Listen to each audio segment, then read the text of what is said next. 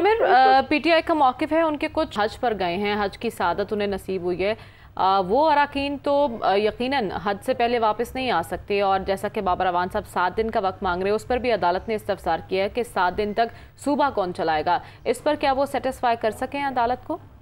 देखिए, उन्होंने जो तजवीज़ दी, उन्होंने कहा कि केयर टेकर जो है वो केयर टेकर चीफ मिनिस्टर लगाया जा सकता है। उस पर अदालत ने कहा कि किसी भी सूरत जो केयर टेकर चीफ मिनिस्टर है वो सिर्फ और सिर्फ जब असेंबली खत्म हो जाए तो उसके बाद जब इंतखाबात हों तो उसके लिए निगरान वज़ीर आला तैनात किया जा सकता है। ऐसी सूरत हाल में निगरान वज़ीर आला तैनात नहीं किया जा सकता। इस वक्त सुप्रीम कोर्ट के सख्त सवालात के बाद पीटीआई ने मोहलत मांगी है कि हम अपनी क़यादत से पूछ कर बताते हैं, जिसके बाद अब समाअत जो है वो 30 मिनट के लिए मुलतवी कर दी गई है। और इस वक्त जो चीफ जस्टिस हैं उन्होंने ये कहा कि गवर्नर सूबे के मामलात चलाए, ये एक गैर आईनी अमल होगा, क्योंकि जब 1988 में जब उस वक्त के सदर जो हैं उनका एक हादसे में इंतकाल हुआ तो उसके बाद जब ये कहा गया कि उनकी जगह जो है वो निगरान सदर तैनात किए जाएंगे या अबूरी सदर तैनात किए जाएंगे, तो उस वक्त की सुप्रीम कोर्ट ने कहा था कि ये पार्लिमानी निज़ाम हुकूमत है, इसमें पार्लियामान को किसी भी सूरत बाईपास नहीं किया जा सकता, लिहाजा गवर्नर को भी जो है वो ये इख्तियार नहीं दिया जा सकता कि वो सूबा जलाएं। चीफ जस्टिस ने यह भी कहा कि 17 जुलाई को अवाम ने 20 नशिस्तों पर वोट देने हैं, लिहाजा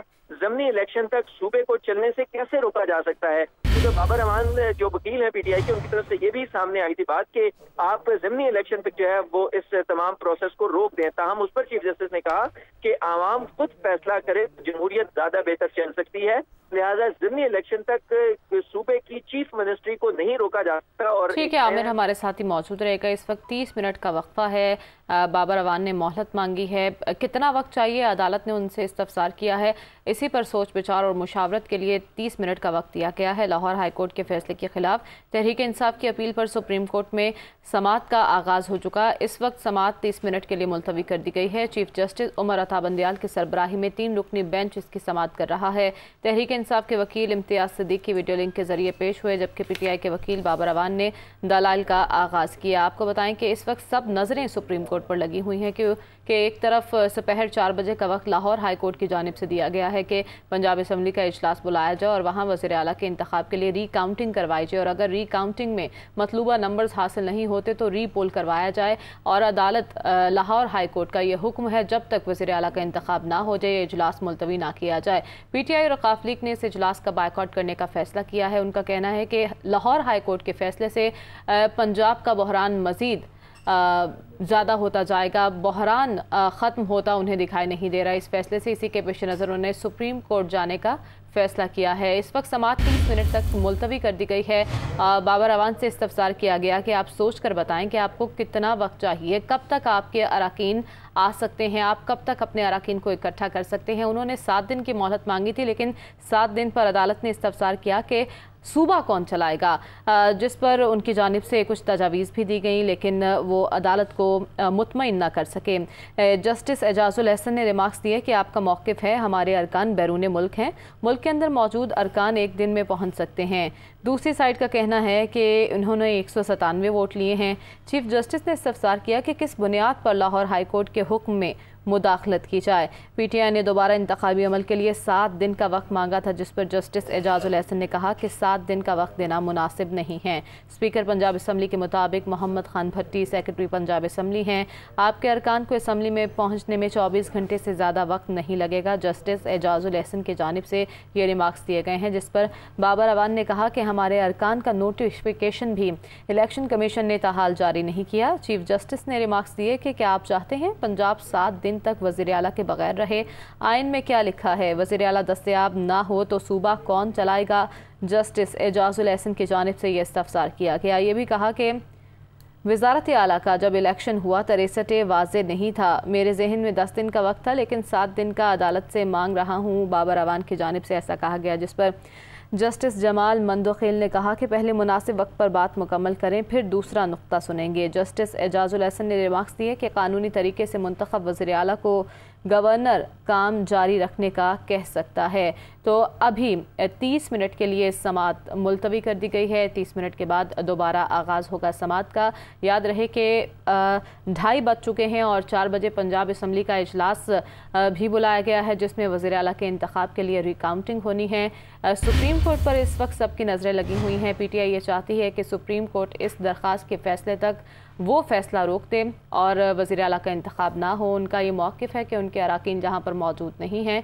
कल वज़ीर आला पंजाब हमजा शहबाज ने लाहौर हाई कोर्ट के फैसले को तस्लीम किया और कहा इससे बहरान ख़त्म हो जाएगा, जबकि PTI कहती है कि हाउस मुकम्मल नहीं है, ये फेयर प्लेइंग नहीं है। इसी बारे में मज़ीद तफसीलात जान लेते हैं। हमारे नुमाइंदे आमिर सईद अब्बासी हमारे साथ मौजूद है। आमिर, 30 मिनट का वक्फा दिया गया है, इस वक्त PTI के वकला मुशावरत कर रहे हैं। बिल्कुल, इस वक्त जो PTI के वकला हैं वो मुशावरत कर रहे हैं अपनी क़यादत के साथ कि हमें कितना मैक्सिमम वक्त दरकार होगा कि हमारे जो अरकान असम्बली हैं वो अपनी अक्सरियत साबित कर सकेंगे असम्बली में आके, क्योंकि सुप्रीम कोर्ट ने 7 दिन का वक्त मांगा था डॉक्टर बाबर अवान ने, लेकिन वो देने से इनकार कर दिया है और ये कहा है कि हम 24 से 48 घंटे तो कर सकते हैं, लेकिन 7 दिन तक सूबे के तमाम तर मामलात इस तरह नहीं रोके जा सकते। आज की जो तमाम तर समाअत थी उस दौरान सख्त सवालात का सामना करना पड़ा PTI के वकील डॉक्टर बाबर अवान को, क्योंकि अदालत उनसे ये कह रही थी कि तमाम तर जो ये इलेक्शन का प्रोसेस है इसको किसी भी सूरत जो है वो ताख़ीर इसमें नहीं की जा सकती, क्योंकि एक सबसे बड़े सूबे की चीफ़ मिनिस्ट्री से मुतल्लिक़ ये मामला है और चीफ़ एग्जेक्टिव जो हैं वो उनके बगैर सूबा कैसे चल सकता है अगर चीफ़ एग्जेक्टिव नहीं होंगे तो। लिहाजा अदालत ने कहा कि हमें रीज़नेबल टाइम बताया जाए कि कितना आपको वक्त दरकार होगा। डॉक्टर बाबर अवान ने कहा कि हमें 10 दिन का वक्त चाहिए होगा, क्योंकि हमारे जो 5 अरकान असम्बली हैं उनकी जो मखसूस नशिस्तों पर जो जिनके नोटिफिकेशन होना था इलेक्शन कमीशन की तरफ से वो नोटिफिकेशन रुका हुआ है। इसके अलावा हमारे कुछ अरकान असम्बली अपने गाँव इलाके देहात में हैं, वो भी वापस आ जाएंगे। इसके अलावा हमारे कुछ अरकान असम्बली बैरून मुल्क हैं, वो भी वापस आ जाएंगे। तो इस पर अदालत का जो इस्तफसार था और अदालत ने जो रिमार्क्स में भी कहा वो यही था कि ये तमाम तर जो कंडीशंस हैं ये दोनों फरीकैन के लिए हैं कि जो कम से कम वक्त दिया गया है, ये अगर PTI के लिए कम से कम वक्त था कि वो उनके अरकान असम्बली अवेलेबल नहीं है, तो ये शायद दूसरे फरीक के लिए भी इतना ही मुश्किल हो अपने अरकान असम्बली को जमा करना। लेकिन क्योंकि हमारे पास वक्त ज़्यादा नहीं है और ये अहम मामला है सूबे का, किसी भी सूरत जो है वो सूबे को बग़ैर चीफ़ एग्जेक्टिव के नहीं छोड़ा जा सकता और सूबा जो है वो अहम सूबा है और उसमें यूँ किसी भी सूरत चीफ़ एग्जेक्टिव के बगैर सूबे को खुला नहीं छोड़ा जा सकता। लिहाजा अदालत ने 30 मिनट का वक्त दिया है कि बाबर अवान अपने जो क़यादत है उससे पूछ कर बताएँ कि कम से कम कितना वक्त दरकार होगा कि वो अपने अरकान असम्बली को जमा कर सकें और अपनी मेजॉरिटी साबित कर सकें। इस मौके पर जस्टिस इजाजुल एहसन ने कहा कि आप क्या अपनी क्लेम करते हैं कि आपकी मेजॉरिटी है असम्बली में, जिस पर डॉक्टर बाबर अवान ने कहा कि बिल्कुल हमारी मेजॉरिटी है। तो अदालत ने कहा कि बताएं, साबित करें कैसे आपकी मेजॉरिटी है।